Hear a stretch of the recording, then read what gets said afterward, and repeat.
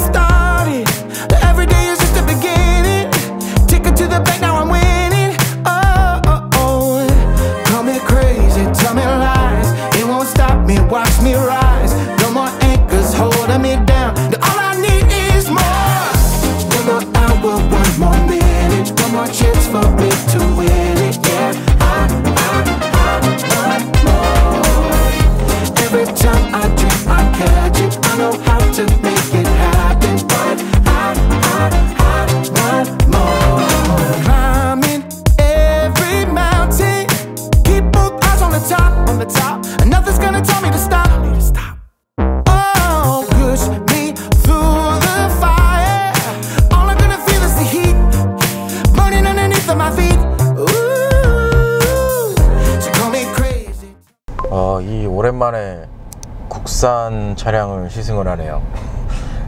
계속 수입차 스케줄이 너무 많이 차 있어서 국산 차량들도 사실 좀 많이 밀려 있었는데 오늘 또 어떻게 좀 짬이 나서 캐스퍼 차량을 좀 갖고 나와 봤습니다. 일단 이 캐스퍼 차량 출시한 지 얼마 안 됐습니다. 현대자동차에서 정확히 지난달이었을 거예요. 9월 29일에 공식 출시한 모델입니다. 현재 글로벌 광주 모터스에서 위탁 생산하는 차량 중 하나이기도 합니다. 사실 이 모델 경형 SUV를 지향하고 있는데 어떻게 보면 현대자동차에서 경차 트림이 처음 나왔다고 보시면 될 것 같아요. 요즘에 또 아무래도 이 소형 SUV, 그러니까 SUV 모델들 인기가 상당히 높기 때문에 그 추세에 맞춰서, 그리고 어떻게 보면 광주형 일자리 창출을 위해서 이 경형 SUV인 이 캐스퍼 차량이 출시가 되지 않았다라는 생각을 해봐요. 뭐 아까 좀 전에 현대자동차에는 그동안 경차를 뭐 만들지 않았죠. 최근까지만 해도 뭐 조금 더 상세하게 설명드리면 정말 오래됐습니다. 이 차량 아시는 분이 있을지 모르겠는데 아마 19년 정도 됐을 거예요. 당시에 아토스라는 이 경차 모델을 이제 판매를 하긴 했었습니다. 근데 그 이후에 어떻게 보면은 현대자동차에서 새롭게 나온 경차 모델이라고 생각을 하시면 될 것 같아요. 그래서 이 캐스퍼 차량 어떻게 보면은 여러 방면으로 의미가 좀 깊은 차량이지 않을까라는 생각을 해봅니다. 일단 이 캐스퍼 차량은 모닝 3세대에도 적용된 H2 플랫폼을 개량해서 제작이 되었다고 보시면 될 것 같아요. 사실상 경형 SUV 이렇게 지금 표현을 했는데 뭐 직접적으로 경쟁 차종이라고 하기는 조금은 애매하지만 기아의 모닝, 그리고 레이 모델도 있고요. 그리고 쉐보레 스파크 모델도 어떻게 보면 이제 경차 모델이라고 좀 볼 수 있을 것 같은데, 사실상 이 캐스퍼 차량이 출시한 지가 얼마 안 됐기 때문에 뭐 사전 예약만 봐도 상당히 인기가 높은 차량인 거는 맞거든요. 그래서 아직까지는 판매량이 정확하지가 않아서 뭐 추후에 어느 정도 판매가 될지 저도 좀 궁금하기는 합니다. 여러 가지의 의미가 담긴 차량이기 때문에 그래도 조금 많이 팔리면 좋지 않을까 라는 생각도 한번으로는 좀 해봐요. 그러면 이 캐스퍼 차량 판매 가격을 좀 살펴보도록 하겠습니다. 현재 기본 판매 트림은 총 3가지로 이루어지고 있고요. 모델 트림으로 보면 스마트, 모던, 인스퍼레이션 이렇게 3가지의 트림으로 현재 판매를 하고 있습니다. 그래서 이 기본 트림 가격만 일단 좀 살펴보면 1,300만원에서 1,800만원 수준으로 형성이 되어 있습니다. 추가로 엔진 트림이 지금 터보 엔진도 이제 별도 옵션으로 빠져 있어요. 근데 요거는 이제 기본 가격만 언급을 드린 겁니다. 풀옵션 가격을 한번 살펴볼까요? 지금 보시는 것처럼 약 2,100만원 수준까지 이제 가격이 올라갑니다. 이 가격을 가지고 다른 모델, 어떤 모델들을 살 수 있을까? 저도 어제 한번 확인을 해봤는데 아반떼 같은 경우는 하이브리드 모델까지 구입을 할 수 있고요. 코나 같은 경우는 기본형 코나 모델까지 구입이 가능합니다. 그래서 이 가격을 보면 사실상 여러가지 의미를 담고 있는 차량이긴 하지만 가격이 좀 높지 않나 라는 생각이 조금 들어요. 이게 뭐 신차고 거기에다가 뭐 새롭게 개발된 모델이다 라고 생각을 하면 뭐 제조사 입장에서는 투자에 대한 이제 비용이 어느 정도 초반에는 회수가 필요하니까 가격을 이렇게 책정한다는 거에 대해서 저는 그렇게 뭐 이해를 못하는 수준은 아닌데, 아까도 설명드렸지만 일단 플랫폼도 기존에 사용하던 플랫폼을 이제 개량해서 어떻게 보면 사용한 거고, 사실상 여기 인테리어 좀 이따 실내 옵션도 설명을 드리겠지만 캐스퍼만의 이렇게 특별한 기능, 뭐 특별한 디자인 이런 거는 사실상은 그렇게 많지는 않습니다. 거기에다가 이 파워트레인, 이제 아직 파워트레인 설명을 안 했는데, 사실상 파워트레인 보면 예전에 시승했던 차량이 좀 생각이 납니다.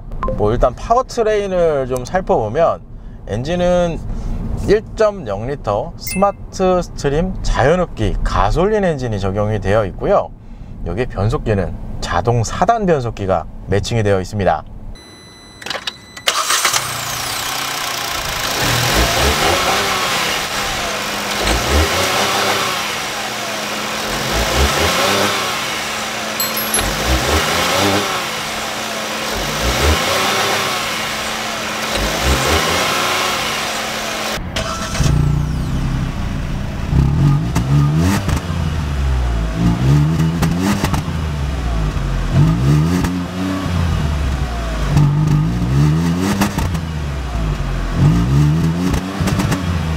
그래서 최고 출력 76마력, 최대 토크 9.7kg 포스미터 스펙을 가지고 있어요.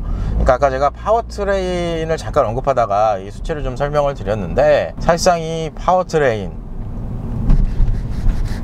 예전에 그 섹션 1 쪽에 경차 라인업 모델들 시승을 어떻게 보면 섹션을 만들어서 좀 진행을 했던 기억이 나는데, 당시에 이 레이에 적용된 파워트레인이랑 사실상 똑같거든요. 그러니까 엔진도 어떻게 보면 기존 거 갖다가 쓰고 뭐 이렇게 해서 일단은 차량이 제작이 된 겁니다. 그래서 이런 전반적인 거를 좀 보면 가격이 조금 높게 설정되지 않았나 라는 생각이 조심스럽게 좀 들더라고요. 이게 경영 SUV임에도 불구하고 소형 SUV까지 사실상 넘볼 수 있는 가격입니다. 풀옵션으로 진행을 하면. 뭐 그리고 차량의 공차 중량 지금 1톤 수준으로 되어 있고요. 복합 연비는 13.8km 리터당 이렇게 형성이 되어 있습니다.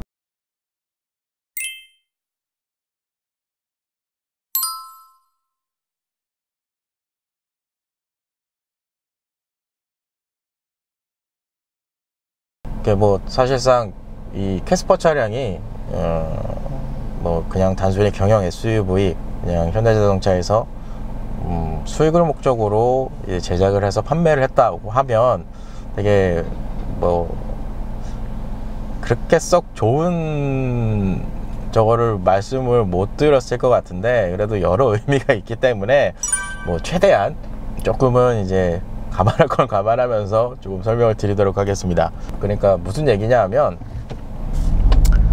지금 연비도 13.8km 거든요. 근데 공교롭게 직전에 제가 아우디 35 TDI 모델을 시승을 했었는데, 그 차량 연비 실연비 제가 그때 기억나는데 17km가 넘게 나왔어요. 그러니까 뭐 경영 SUV, 그러니까 소형 완전 경차에 속하기 때문에 엔진 자체를 이제 1.0L를 쓰는 거에 대해서는 뭐 그래 이해할 수 있어 라고 하지만, 이게 한편으로는 예전에 레이 시승했던 거 곰곰이 생각해 보면 제가 생각하는 이 차량의 기준이 되는 건 이제 어떻게 지향하는 바가 좀 명확했으면 하는 게 좀 많거든요. 그래도 이 자동차라는 게 실생활에서 조금 이용을 하기 위한 이 수단이기 때문에 뭐 공간이 넓던지 아니면 연비가 좋던지 아니면 뭐 스포츠성이 좋아서 스포츠 드라이빙 쪽에 좀 초점이 맞췄던지 아니면 뭐 오프로드를 가든지 이런 특성을 제가 좀 좋아하기는 합니다.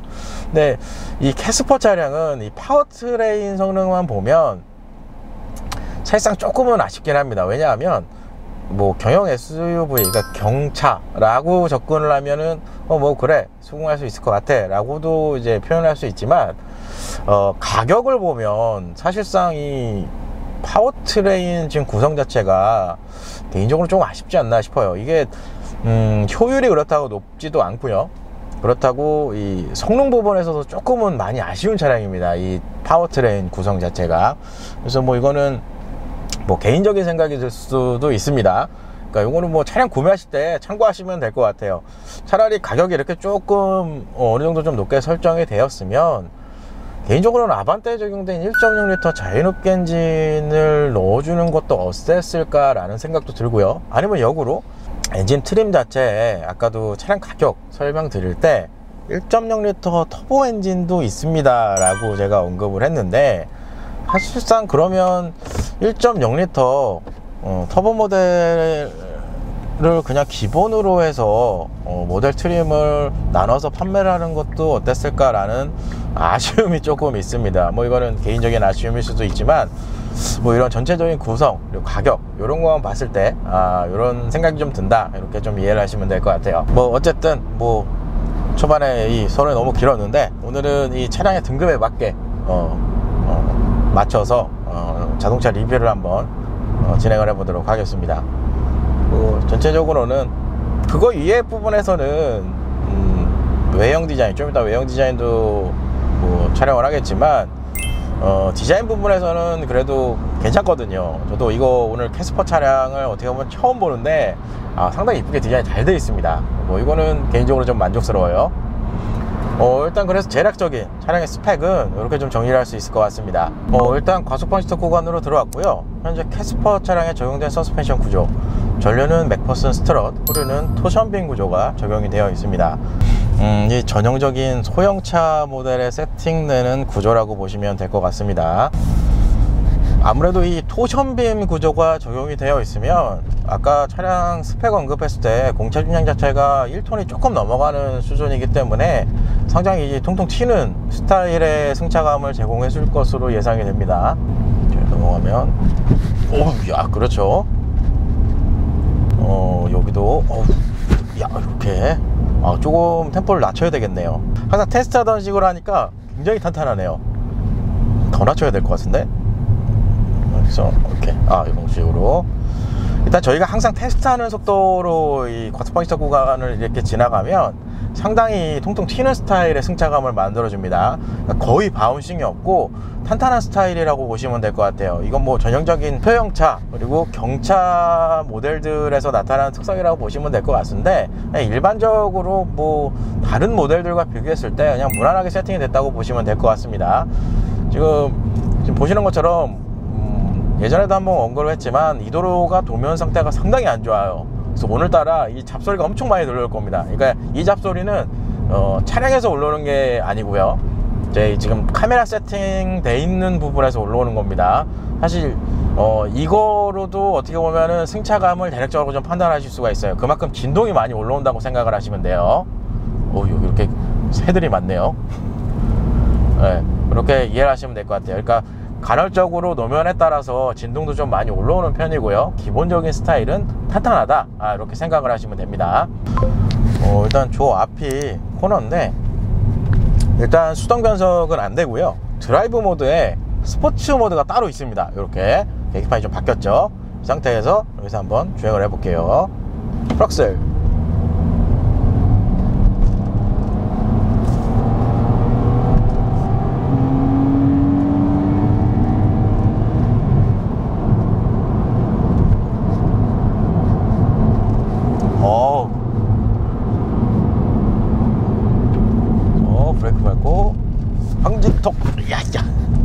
천천히 넘어가야 되지 참. 천천히 템포를 줄여서 이렇게.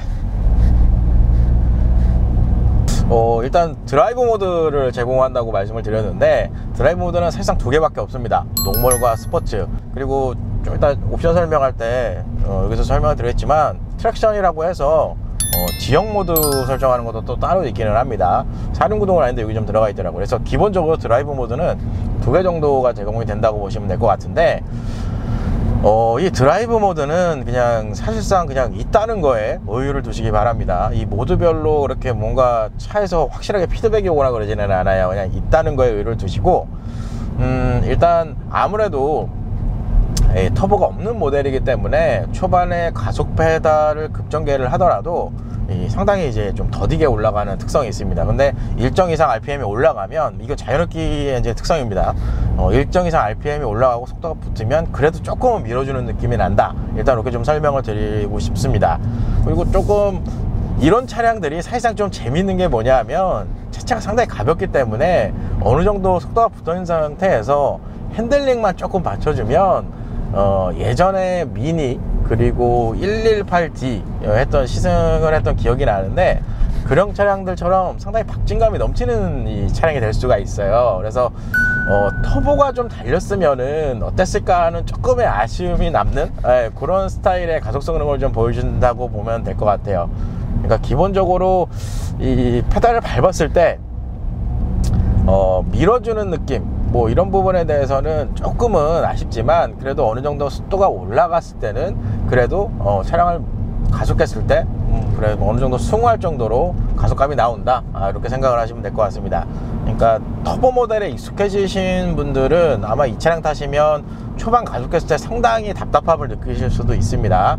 그리고 추가로 좀 설명을 드리면, 보통 차량이 가속력이 좋다 아니면 조금 답답하다 라고 판단할 수 있는 게, 브레이크를 이렇게 들어가고 다시 재가속이에요. 그러니까 재가속했을 때 차가 어느 정도 밀어주는지 그 느낌에 따라서 좀 차이가 많이 나는데, 재가속 부분은 조금은 답답함을 느끼실 수가 있습니다. 이런 차량 특성이 있으니까 요거는 참고하시면 될 것 같아요. 캐스퍼 차량, 어떻게 보면 오늘 처음 시승하는 모델인데 실내 옵션을 한번 살펴보도록 하겠습니다.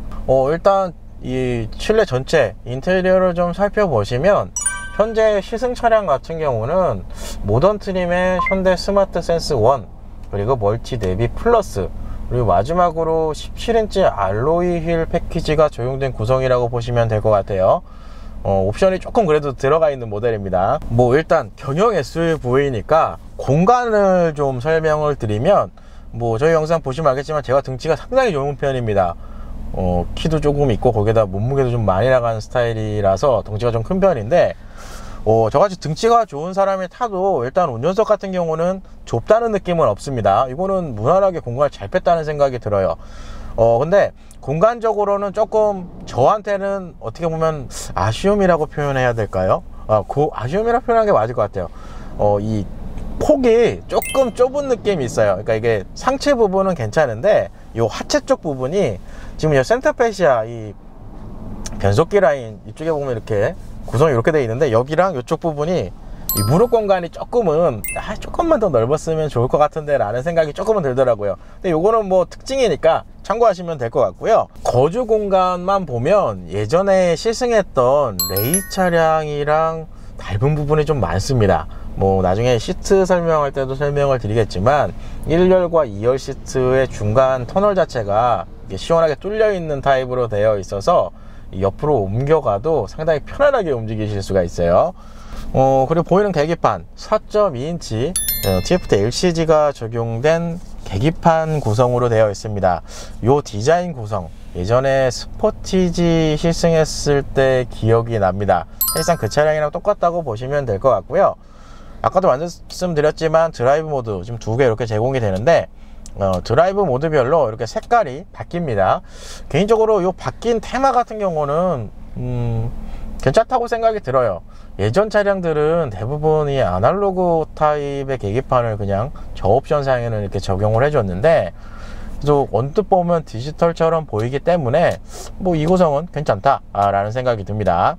그리고 계기판 좌측에는 헤드라이트 조사각 다이얼, 그리고 스티어링 일러서는 이쪽에 있네요. 그리고 밑에 거는 ESC 자세 제어 장치 오프 버튼이 이쪽에 마련이 되어 있습니다.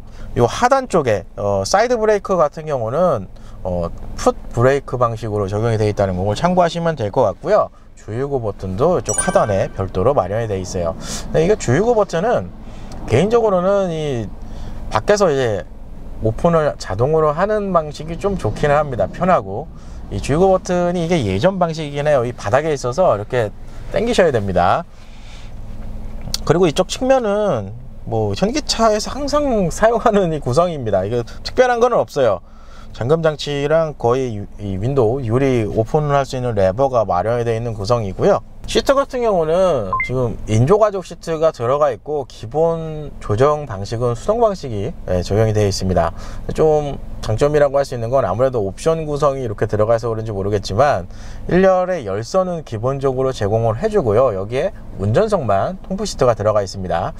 예전에 아반떼 생각이 나네요. 아반떼도 통풍 시트가 그때 옵션 구성이 조금 애매하게 돼 있어서 운전석만 있었던 기억이 나는데 뭐 통풍 시트 있으면 좋죠.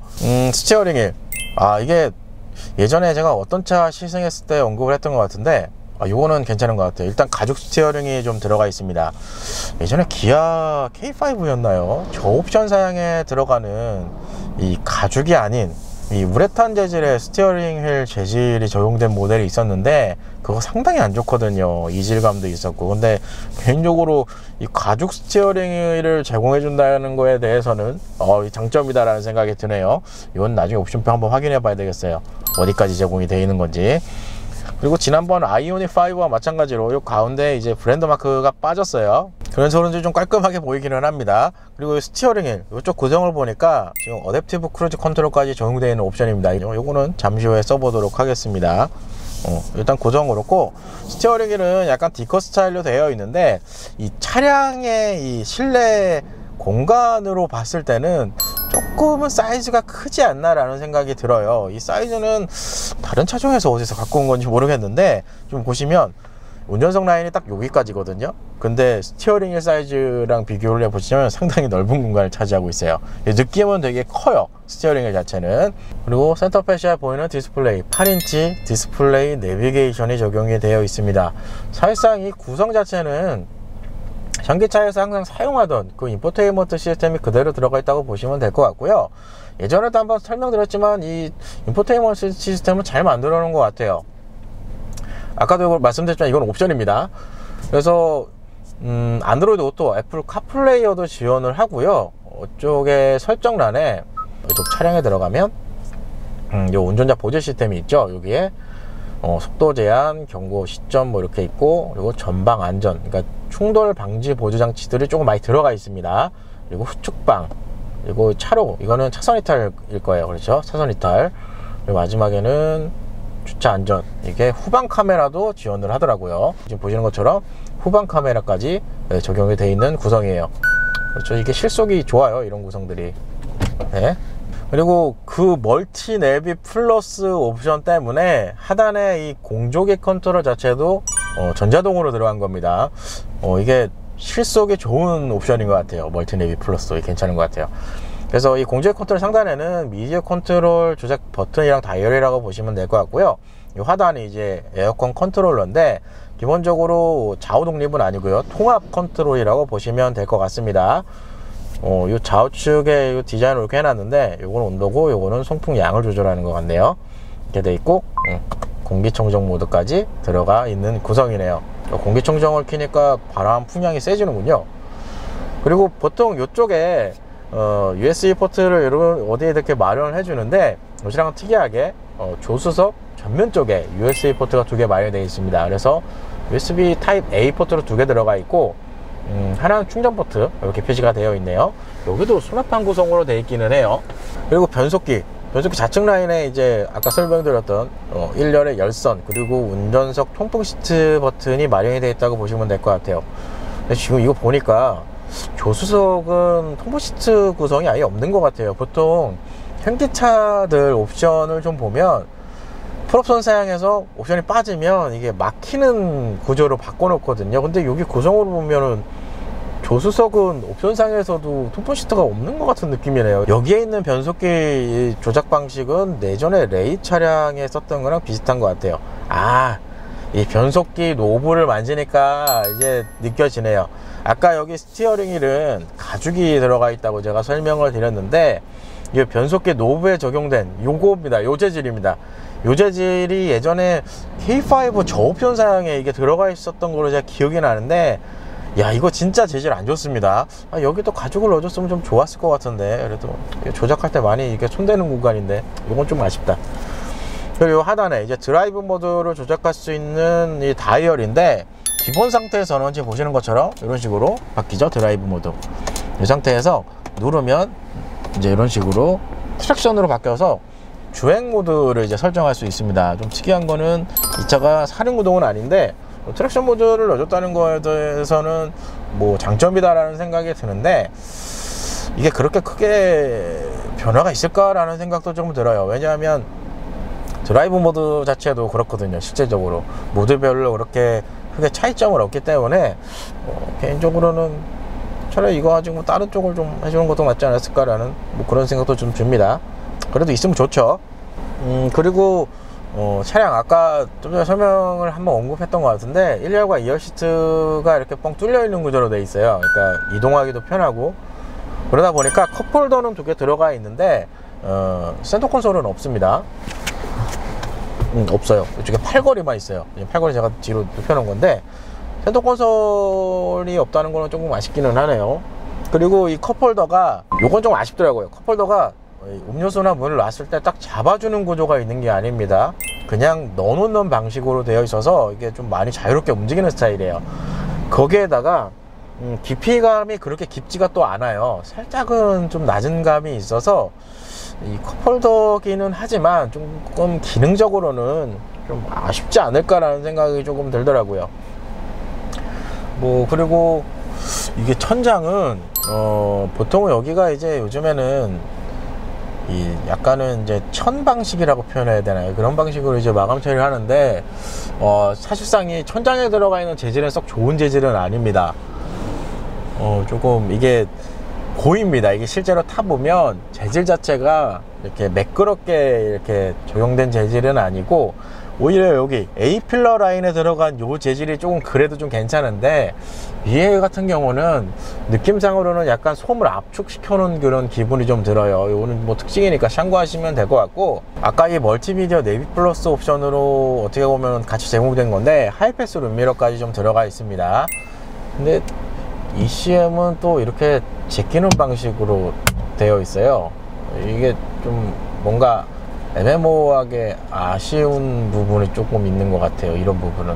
이렇게 이 레버는 왜 넣어놨지? 이거 같이 원래 통합적으로 예전에 됐던 걸로 제가 기억이 나는데, 일단은 이렇게 레버를 제껴서 이제 후방 차량에 이제 라이트 눈부심 방지를 이렇게 활용하실 수가 있습니다. 근데 그때도 설명드렸지만 이 곳곳에 보면 기존의 현기차에서 어떻게 보면 사용하지 않는 부품들을 많이 좀 가져온 게, 그게 좀 티가 나는 게 어디선가 좀 보이기는 합니다. 그게 조금 개인적으로는 좀 아쉬워요. 예, 그렇죠. 그런 거 좀, 이것도 좀 별도롭게 디자인 이쁘게 해주면 좋을 것 같은데, 이게 뭐 가격이 원체 싸지는 않은데, 아반떼 하이브리드까지 사는 가격이라 좀 싸지는 않아서 좀 당황스럽지만, 어쨌든 구성은 이렇게 돼 있다가 보시면 될 것 같고요.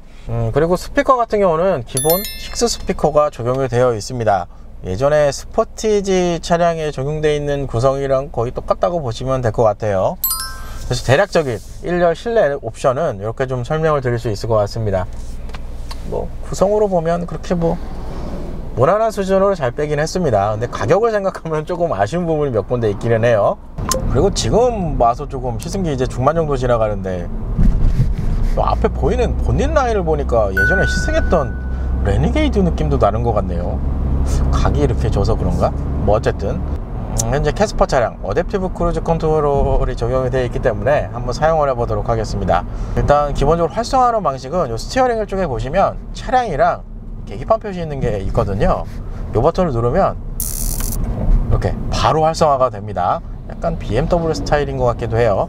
이 상태에서 여기가 저 차가 오는군요. 그러면 저 차를 보내고 저 차를 따라가도록 하겠습니다. 앞에 차가 없네요. 제가 너무 저속으로 가서 피해서. 당신이 필요했어. 이 상태에서 크루즈 컨트롤을 이렇게 활성화를 시키고, 그 다음에 이제 미세 조정을 하시면 되는데, 이 플러스 마이너스가 속도입니다. 여기가 제가 알기로는 60km로 알고 있거든요. 길게 누르면 10단위씩 올라갑니다. 짧게 누르면 1km 단위로 올라간다고 보시면 될 것 같아요. 그래서 60km로 일단 설정을 했고요. 차간거리는 이 버튼입니다. 이 버튼으로 기본 4단계에서 어디 가시죠? 그러면 앞에 차가 없으니까 그냥 4단계로 놓겠습니다. 이게 방지턱인데 브레이크를 밟아야 되겠네요. 밟고 이렇게 다시 재활성. 그리고 이쪽에 핸들 조향 표시도 따로 있어요. 그러니까 차로 유지 기능까지 들어가 있다고 보시면 될 것 같거든요. 이 상태로 이걸 누르면 이렇게 핸들 표시 들어왔죠. 이러면 끝난 겁니다. 항상 설명드리지만 이 어댑티브 크루즈 컨트롤은 방지턱 구간에서는 자비가 없습니다. 그래서 이런 좁은 도로를 주행하실 때는 앞에 차량을 두고 이 어댑티브 크루즈 컨트롤을 활성화하시는 게 편합니다. 다시 재활성. 재활성 버튼은 플러스 마이너스 이 레버 있거든요. 이 레버를 그냥 누르시면 됩니다. 그러면 재활성이 이제 들어간다고 보시면 될 것 같아요. 그러니까 브레이크 밟으면 기본적으로 이 어댑티브 크루즈 컨트롤이 이렇게 해제가 돼요. 지금 꺼졌잖아요. 이 상태에서 아까 요 플러스 마이너스 버튼을 그냥 누르시면 돼요. 누르면 다시 직전에 세팅된 값으로 어댑티브 크루즈 컨트롤 기능이 활성화가 된다고 보시면 됩니다. 여기서 다시 재활성 누르고, 여기가 속도가 70이거든요 70으로 이렇게 변경을 하고 이러면 됩니다. 차간거리를 제가 4단계로 해놨군요. 그럼 차단거리를 여기는 그래도 통행량이 많으니까 3단계? 2단계로 하죠. 2단계. 2단계로 세팅을 바꿨습니다. 그러니까 차간거리는 뭐 여태까지 시승했던 차량들 뭐 좀 좋은 차량도 있고 뭐 그런데 나눠져 있는 경우도 있어요. 이 차간거리 자체가 좁혀지는 버튼, 넓어지는 버튼 이렇게 나눠져 있는 경우도 있는데, 이 캐스퍼에 적용되어 있는 기능은 이 버튼 하나로 통합적으로 작동을 하신다고 보시면 됩니다. 정차를 하죠. 아마 정차 및 재출발까지 지원하는 걸로 제가 옵션표에서 보고 왔는데, 꺼졌니? 해제됐네? 이거 해제되는군요. 이게 어디선가 느껴지는 예전에 포드 레인저와 지프 레니게이드가 또 생각이 나는군요. 아까 본닛 보니까 레니게이드랑 좀 비슷한 느낌이다 라고 했는데 레니게이드의 느낌이군요. 정차 및 재출발을 지원한다고 제가 봤던 것 같은데 이게 그냥 꺼버리네요. 어댑티브 크루즈 컨트롤을. 저도 앞에 가서 다시 한번 확인을 해봐야 될 것 같아요. 기본적으로 차량이 정차를 하면 이게 조금 아쉬운 점일 수도 있어요. 차라리 이렇게 오프를 시킬 거면 속도를 조금 줄여주고 완전히 정차를 한 다음에 이 해제를 시켜주는 게 좀 좋거든요. 이 사용자 입장에서는. 근데 중간에 속도가 붙어 있는 상태에서 이게 꺼버리면 굉장히 당황스럽습니다. 차들이 많죠. 이제 택배 아저씨 끼어들면 반응을 하나요? 하네요. 들어갔고 다시 가속. 복잡하죠. 또 끼어들죠. 반응하고. 이 붙어서 끼어드는 차에 대해서는 이 시스템 자체로 대응이 조금은 아쉬울 수가 있습니다. 그래서 꼭 전방을 주시하시길 바랍니다. 이런 구간에서는. 그리고 선행 차량에 빠지는 경우도 대응 시간이 조금 늦기는 한데, 그거는 뭐 그렇게 위험하거나 그런 상관은 아니고 뒷차만 조금 답답해지는 상황이라서 뭐 그거는 그렇게까지 신경을 안 써도 될 것 같긴 한데, 그래서 좀 팁을 드리면 아까 브레이크를 밟으면 어댑티브 크루즈 컨트롤이 해제가 된다 라고 설명을 드렸잖아요. 여기서 가속 페달을 밟으면 해제가 되지는 않습니다. 좀 보시면 이렇게 이런 식으로 가속 페달을 밟으면 세팅된 요 표시창 자체에서 속도 표시가 없어지거든요. 이렇게 이런 식으로 이렇게 되기 때문에 이렇게 끼어드는 상황이 발생한다. 지금 이렇게죠. 빠졌죠? 그럼 저는 이렇게 가속 페달 밟으면 돼요. 이런 식으로 이렇게 쓰시면 좀 더 부드럽게 이 차가 나가는 것처럼 컨트롤을 하실 수가 있습니다. 그러니까 브레이크는 해제가 되지만 가속 페달은 해제가 안 돼요. 저도 그래서 이런 식으로 자주 쓰거든요. 앞에 추월할 경우가 생기면 가속 페달을 그냥 밟아서 추월을 하고, 그 다음에 가속 페달을 띄면 직전에 세팅된 값으로 이제 맞춰서 이제 주행을 해줍니다. 요거는 참고하시면 될 것 같아요. 어댑티브 크루즈 컨트롤, 오랜만에 이 국산차, 거기에다 캐스퍼 차량 테스트를 좀 진행을 해봤는데, 기본적인 이 작동 방식 자체는 예전에 시승했던 현기차의 특성들이랑 똑같다고 보시면 됩니다. 그렇기 때문에 일반적인 이 주행 상태에서는 그래도 대응을 좀 무난하게 해주는 편이라고 생각을 하시면 될 것 같고요. 항상 말씀드리지만 이 어댑티브 크루즈 컨트롤은 주행 보조 시스템입니다. 그래서 그거를 꼭 참고하시고 이 기능을 사용하시길 바랍니다. 그러면 현대자동차 캐스퍼 차량 가속 성능 테스트를 진행해 보도록 하겠습니다. 어떻게 보면 이 캐스퍼 차량이 평범한 사람들 시승기에서 경차의 기준이 될 수도 있습니다. 무슨 말이냐 하면, 여태까지 경차를 테스트를 많이는 해봤지만 예전에 섹션 1 쪽에서 테스트했던 거라서 이렇게 적극적으로 이제 기록을 가지고 테스트를 하지는 않았거든요. 그렇기 때문에 오늘 캐스퍼 차량이 어느 정도의 좀 성능이 나올지 조금 궁금해지긴 합니다. 여기서 프럭셀,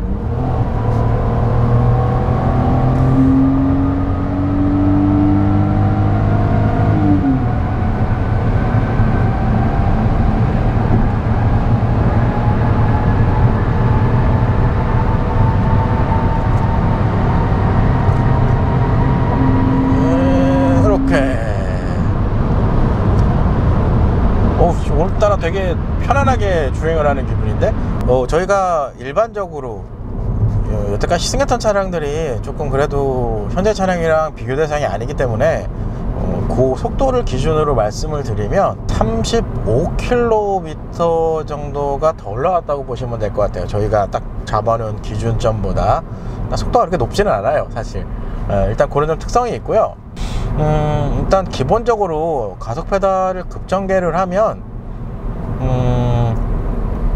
이 초반에 변속에 들어갔을 때 약간은 울컥거리는 게 초반에 좀 나오기는 합니다. 거기 그런 특성이 좀 있고, 속도를 쭉 올라가면서 아무래도 이 변속기 단수가 4단이면 상당히 한정적이거든요. 그래서 그런지 모르겠는데 변속이 들어가면 들어갈수록 이게 후반부에 갈수록 상당히 늘어지는 경향이 좀 있습니다. 그리고 RPM을 조금 높게 사용하면 이 전면 프론트 쪽에서 들어오는 엔진음은 그렇게 썩 좋지는 않습니다.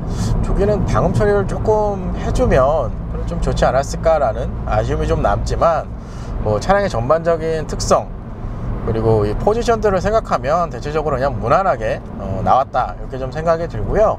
예전에 시승했던 레이 차량이랑 비슷한 수준의 성능이 나왔다고 보시면 될 것 같아요. 아무래도 파워트레인이 똑같기 때문에 사실상 크게 달라진 건 없습니다. 터보 모델이 어떻게 나올지가 좀 궁금하긴 하네요.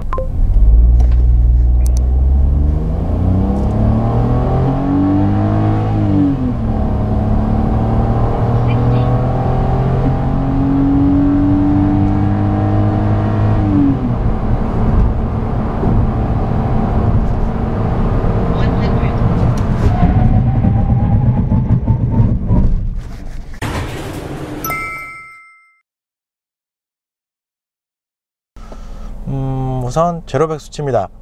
제로백 수치는 차량 스펙 자체에서도 보시면 알겠지만 10초대 이후로 이제 넘어갔습니다. 그래서 아도로 빠졌네요. 일단 가장 베스트 랩은 두 번째 측정한 테스트가 가장 베스트 랩으로 나왔습니다. 그래서 시간으로 보면 16.75초가 나왔고요. 거리는 293.96m가 나왔습니다. 여기 지금 보시면 그래프가 상당히 완만하게 이제 올라가는 게 보이실 거예요. 이게 스피드 그래프인데, 그것처럼 차량 자체가 파워트레인 성능이 상당히 어떻게 보면은 경차에 뭐 스펙이 맞춰져 있어서 그렇다고는 이해는 하지만, 일반적으로 제가 여태까지 주행했던 차량들보다는 스펙상으로는 조금은 낮은 스펙이거든요. 그렇기 때문에 기본적으로 이 부드럽게 속도를 밀어준다는 느낌보다는 조금 뭔가 이렇게 좀 많이 힘들어 하듯이 차를 이렇게 밀어주는 그런 느낌이 좀 난다고 보시면 될 것 같아요. 거리가 여태까지 시승했던 차량들 중에서 그렇게 300m까지 나오는 차는 거의 없었거든요. 뭐 어쨌든 이 캐스퍼 차량에 적용되어 있는 파워트레인 이 스펙 자체가 그렇게 높지가 않기 때문에 그것만 기초로 봤을 때 이런 정도의 스펙이 나온다, 이렇게 이해를 하시면 될 것 같아요. 그러면 이게 사실상 평범한 실험실에서 비교를 할 거는 없어요. 왜냐하면 저희 평범한 실험실에서 여태까지 테스트했던 차량들이 전부 다 이 소형차는 없고, 뭐 118D 모델이 그나마 제일 작은 모델이었는데 그 차량도 어떻게 보면 엔진 cc가 좀 높기 때문에 사실상 제일 하위권입니다, 요거는. 그래서 요거 경차는 저희 평범한 실험실에서 따로 빼야 되나 라는 생각도 좀 듭니다.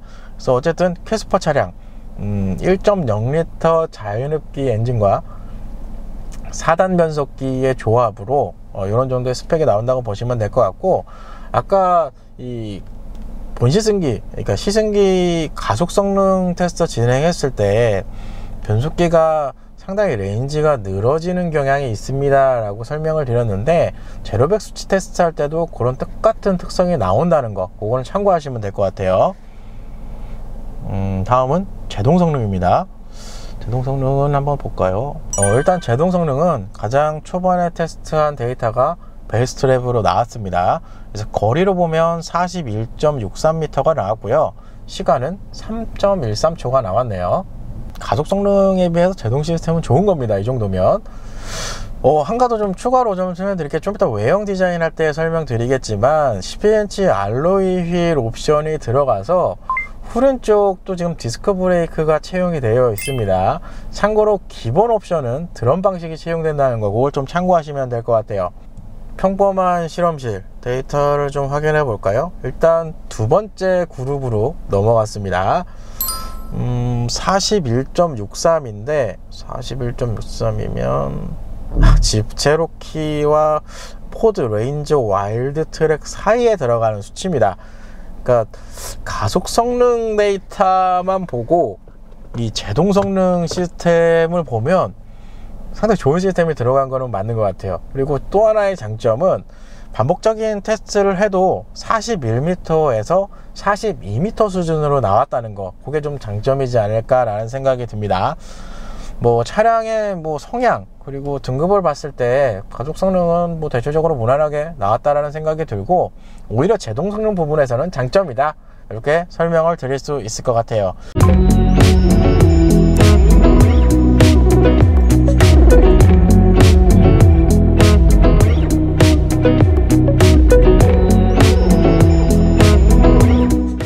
현대자동차 캐스퍼 차량, 일단 전면 디자인의 가장 큰 특징은 이 전면부 그릴입니다. 메탈 디자인이 적용이 되어 있고요, 이 그릴을 기준으로 좌우측에 헤드라이트가 적용된 부분의 특징이라고 할 수 있습니다. 아까 좀 전에도 설명을 드렸지만 이 라인 자체 원형 타입의 주관조 엔진이 들어가 있는데 예전에 지프 차량의 느낌도 살짝은 납니다. 이 헤드라이트 디자인이 캐스퍼 모델의 가장 큰 디자인 특징이지 않을까 라는 생각이 드네요. 그리고 하단에 스키드 플레이드까지 들어가 있어요. 그리고 중앙에 브랜드 마크를 기준으로 해서 좌우측에는 방향지시등 램프가 들어가 있다고 보시면 될 것 같습니다. 그리고 헤드라이트는 기본적으로 MFR 타입이 적용이 되어 있고요, 인스퍼레이션 옵션이나 디자인 플러스 옵션을 선택하시면 프로젝션 타입으로 변경됩니다. 그래서 그건 참고하시면 될 것 같아요. 이 전반적으로 전체적인 이미지도 그렇지만 이 약간 전면부만 보면 상당히 귀여운 느낌을 좀 많이 주는 것 같아요. 디자인이 상당히 잘 된 것 같아요, 개인적으로. 아까 주행하면서도 언급을 한 것 같은데, 이 외형 디자인 구성은 정말 이 캐스퍼만의 이 독특한 디자인의 특성을 잘 나타내지 않을까 라는 생각을 좀 해봅니다. 일단 캐스퍼 차량 측면입니다. 기본적으로 보이는 휠 타이어는 205mm의 17인치의 사이즈의 휠이 적용이 되어 있습니다. 지금 타이어는 한국 타이어가 적용이 되어 있네요. 아까 옵션 설명드렸을 때 설명을 드렸지만 이 17인치 알로이 휠 옵션이 들어갔기 때문에 휠 디자인이 이렇게 변경됐다고 보시면 될 것 같고요. 기본적으로는 15인치의 휠이 적용이 됩니다. 그리고 이 17인치 알로이 휠 옵션으로 지금 후륜 디스크 브레이크가 들어가는 걸 확인하실 수가 있을 것 같은데, 기본 사양은 드럼 방식이 적용되어 있습니다. 그래서 그건 참고하시면 될 것 같아요. 전면부 쪽 디자인 느낌도 그랬지만 이 측면부도 상당히 다부진 느낌을 많이 주는 것 같아요. 좀 가장 큰 특징이라고 할 수 있는 거는 측면의 이 필러 부분인데, 일단은 이 C필러 라인 상당히 두툼하죠. 그리고 보통은 여기가 이렇게 좀 분리가 돼서 이렇게 좀 구성이 되는데, 지금 보시는 것처럼 이 1열도와 2열도를 나눠 놓는 이런 디자인으로 구성이 되어 있습니다. 굉장히 특이한 구성이에요. 여기 부분이 일반적인 차에서 좀 볼 수 없는 디자인인 것 같아요. 그리고 2열도 가장 큰 특징, 이 도어를 오픈할 수 있는 레버는 이쪽에 마련이 되어 있습니다. 이거는 볼트를 이렇게 웃는 모습으로 좀 해놨네요. 이 레버를 제끼면 이렇게 도어를 오픈하실 수가 있습니다. 우선 2열 공간입니다. 지금 보시는 것처럼, 야, 근데 이게 공간은 진짜 잘 뽑았구나. 일단 뒷자리 거주석 같은 경우는 무릎 공간은 주먹 하나가 딱 들어가고요. 머리 공간도 주먹 하나 정도 들어갈 수 있는 공간이 나옵니다. 제가 덩치가 되게 큰 편인데 그럼에도 불구하고 이 뒷좌석 거주성 공간에 대한 부분은 장점이지 않을까 라는 생각이 좀 들어요. 거주성이 상당히 좋네요. 그리고 2열 쪽 실내 옵션을 좀 한번 볼까요? 기본적으로 이 2열 시트는 50대 50으로 되어 있는 시트 구성이에요. 그래서 중간 시트가 없어요. 그런 이유에서 이 암레스트가 없다고 보시면 되는데, 요거는 잘 뺐다라는 생각이 들어요. 보통 애매모호하게 가운데 시트가 들어가 있으면 이 좌측 우측 시트의 폭이 상당히 좁게 느껴지거든요. 근데 이 캐스퍼 차량은 시트를 두 개로 분리를 해 놓은 타입이라서 상당히 넓습니다. 시트 자체가. 이 시트 진짜 등받이 넓이는 1열 시트보다도 훨씬 더 넓어요. 오히려 뒷좌석이 더 편하겠네. 이게 지금 앉아보니까 보통 이쪽에 이렇게 손잡이를 이렇게 마련해 놓는데, 이 캐스퍼 현재 트림 같은 경우는 조수석에만 손잡이가 들어가 있습니다. 이건 옷걸이죠. 그리고 특별히 뭐 2열 열선 이런 거는 없고, 아무래도 이 센터 콘솔이 없기 때문에 뒷좌석에는 USB 포트나 뭐 특별한 뭐 송풍구 이런 거는 따로 마련이 되어 있지는 않습니다. 구성은 이게 꽃이라고 보시면 될 것 같고, 좀 특징은 이렇게 2열도 헤드레스트가 분리형 타입으로 적용이 되어 있네요. 이거 예전에 어느 경차에서는 분리형이 아니었던 걸로 기억이 나는데, 이 분리형이 되어 있으면 좀 편해요. 이게 자기 몸에 맞게 이 머리 위치에 따라 조절을 할 수 있거든요. 이거는 장점이라고 할 수 있을 것 같아요. 그리고 아까 설명드렸지만 이 옵션 중에서 개인적으로는 뭐 전체적으로 다 무난하게 잘 뽑긴 했는데, 가장 아쉬운 게 이 천장 이 마감 재질인 것 같아요. 이거 오염에 상당히 취약할 것 같거든요. 차라리 요 측면에 요 라인에 좀, 나 이거 지금 플라스틱인데 요런 천으로 된 타입으로 보통 이렇게 마감을 해주는데, 지금 캐스퍼는 이게 거의 천장 전체를 다 싸고 있다고 보시면 될 것 같습니다. 일단 고성은 이렇게 좀 정리를 할 수 있을 것 같아요. 일단 캐스퍼 차량 후면 디자인입니다. 전체적인 디자인 느낌은 전면부와 유사한 느낌을 줍니다. 지금 이쪽에 보이시는 블랙 라인에 들어가는 이 램프 구성은 테일 램프라고 보시면 될 것 같고요.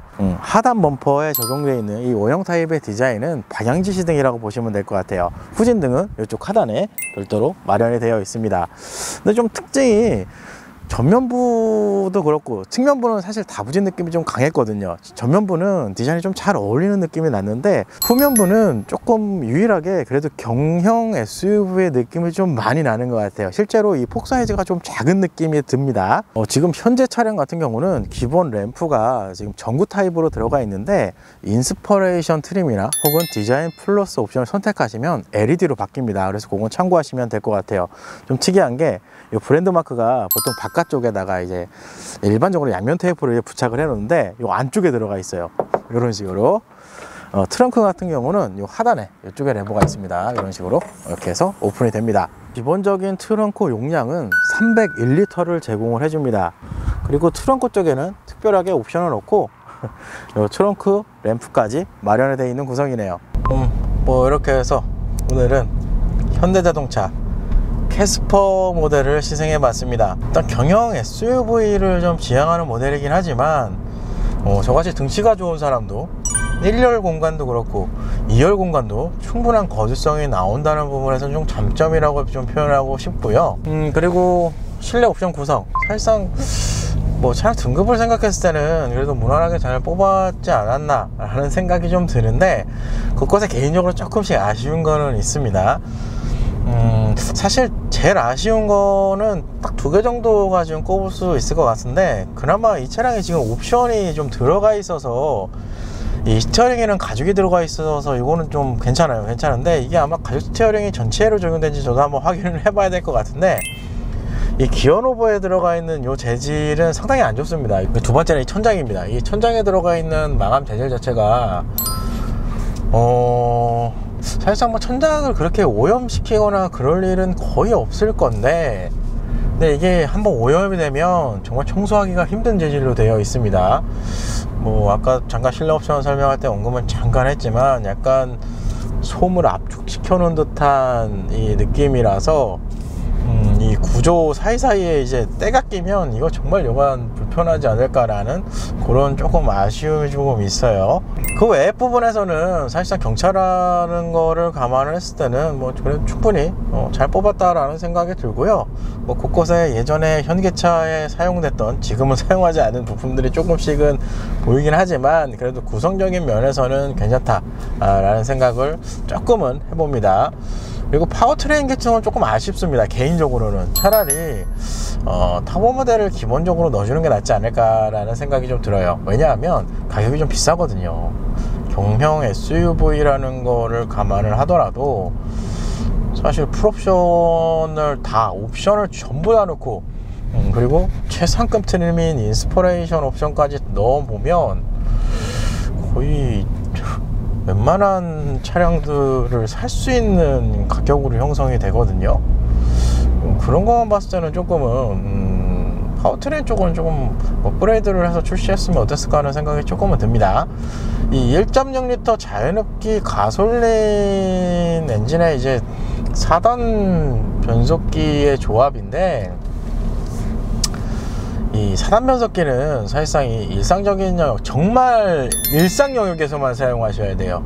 이게 고속도로 같은데 나가도 조금은 답답하지 않을까라는 생각이 들고, 정말 시내 주행하실 때 쓰면 정말 만족감이랑 보다는 그냥 무난한 스타일로 나오는 이 지금 시스템 구성이거든요. 파워트레인 구성 자체가.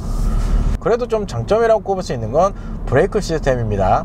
반복적인 테스트를 하더라도 항상 일정한 정도의 레인지를 유지해 주는 거, 그리고 가속 성능 대비해서 상당히 높은 성능의 브레이크 시스템이 채용된 부분, 이 부분은 가장 큰 장점이라고 생각할 수 있지 않을까라는 생각이 들어요. 개인적으로 좀 추천을 하자면 옵션은 요 멀티 내비 플러스 이 옵션은 넣으시는 게 좀 낫지 않을까라는 생각이 들고요. 그리고 이 1.0 터보도 옵션으로 선택이 가능합니다. 그래서 그 두 가지는 넣으시는 것도 나쁘지 않을 거란 생각이 들고, 그리고 17인치 알로이 옵션 같은 경우는 브레이크 시스템이 조금은 어떻게 보면 업그레이드가 되거든요. 그 부분 때문에 또 3가지 정도는 옵션으로 좀 생각을 하시면 좋지 않을까 라는 생각을 조금 해봐요. 근데 이렇게 되면 가격이 좀 높습니다. 거의 2천만원 가까이 될 것 같다는 생각이 드는데, 그래서 그거는 뭐 충분히 감안을 해보시고, 그리고 고민을 해보시고 옵션을 선택하셔서 차량을 구입을 하시면 좋을 것 같습니다. 사실상 경영 SUV 요런 급, 사실 외형 디자인 보면 상당히 이쁘거든요. 이 원형 이 주간주행 등 보면 예전에 시승했던 지프 차량 느낌도 좀 나요. 그리고 이 캐스퍼 차량은, 이거는 보는 시선에 따라 조금 틀릴 수도 있습니다. 제가 예전에 레니게이드 차량을 공교롭게 그때 흰색 차량을 시승을 했었는데, 그 차량이랑 약간 비슷한 느낌도 나요. 이 측면도 그렇고 약간 이 다부진 모습이 좀 느껴져서 전체적으로 외형 디자인은 개인적으로 좀 잘 되지 않나 라는 생각이 듭니다.